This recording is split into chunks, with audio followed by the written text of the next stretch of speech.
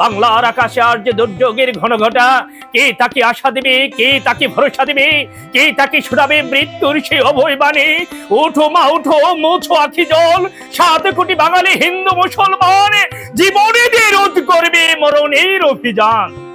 হ্যাঁ দর্শক, এই ডায়লগটি ঐতিহাসিক ডায়লগটি দিয়ে ঐতিহাসিক কিছু বিষয় আপনাদের সামনে তুলে ধরতে চাই। তা হচ্ছে হাজার বছরের, শত শত বছরের পুরনো এই এন্টিক দোকানটি।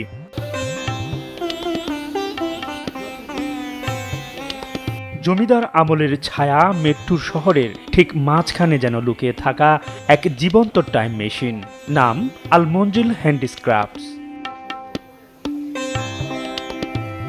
200 বছরের পুরনো মুদ্রা থেকে রাজকীয় পালং, বাঘের দাঁত, হাতির দাঁতের তৈরি চিরুনি থেকে শোপিস, প্রতিটি জিনিস যেন এক একটা গল্প বলে হারানো সেই সময়ের।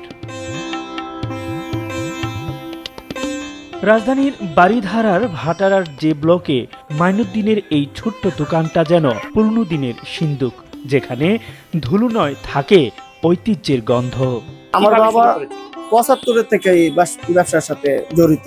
200 বছর হইলে এই কালারটা হবে পিতলটাই আপনার এরকম 200 বছর, ধরেন 1839 এখানে লেখা আছে, ঠিক আছে। হয়তোবা অনেকে মনে ভাব কইরা যে এটা আমি রাখলাম এই টাইমের ভিতরে, ওই সময় হয়তোবা রাখতে পারে একটা হিস্টোরি হিসাবে, যে ডেট তারিখ লেখা রাখে না বাড়িতে, এরকমও লেখা রাখছে। এটা দেখে বোঝা গেছে যে এটি 200 বছর উপরে। বাবার কাছ থেকে উত্তরাধিকার সূত্রে পাওয়া এই নেশা আজ মাইনুদ্দিনের পেশা। সংগ্রহের আনন্দটাই যেন তার আসল লাভ। দুষ্প্রাপ্য কিছু জিনিস বিক্রি করেন মাইনুদ্দিন, এগুলো তার নিজের মন সংগ্রহশালায় জায়গা করে নিয়েছে। ছোটকালে আবার যে সময় বুঝ হইল, তখন যে আমি আবার এন্টিকের বিষয় ইন্টারেস্টিং হইলাম, যে একটা 1 পয়সা পাইয়া, যেরকম এই যে 1 পয়সা, তখনই মনে হয়েছে যে 1 পয়সা চলছে, ওই সময় আমি 25 পয়সা 50 পয়সা দিয়া চকলেট খাই। তখনই আমার একটা এন্টিকের উপরে একটা তখনই আমার তো এটা করে আস্তে আস্তে আমার বাবার সাথে শুরু হয়েছে এই এন্টিকের সাথে জড়িত ভাবে। পরে এই শখের থেকেই আমার ব্যবসার মাঝে। এই দোকানটা শুধু ব্যবসা নয়, এক স্বপ্ন যেখানে অতীত বাঁচে ভবিষ্যতের জন্য।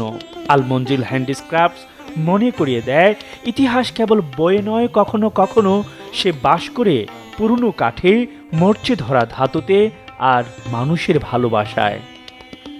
শত শত বছরের প্রাচীন এই ঐতিহাসিক জিনিসগুলো প্রজন্ম থেকে প্রজন্মে বয়ে নিয়ে যাবে ইতিহাস, এমনটি ভাবছেন এই দোকানের মালিক।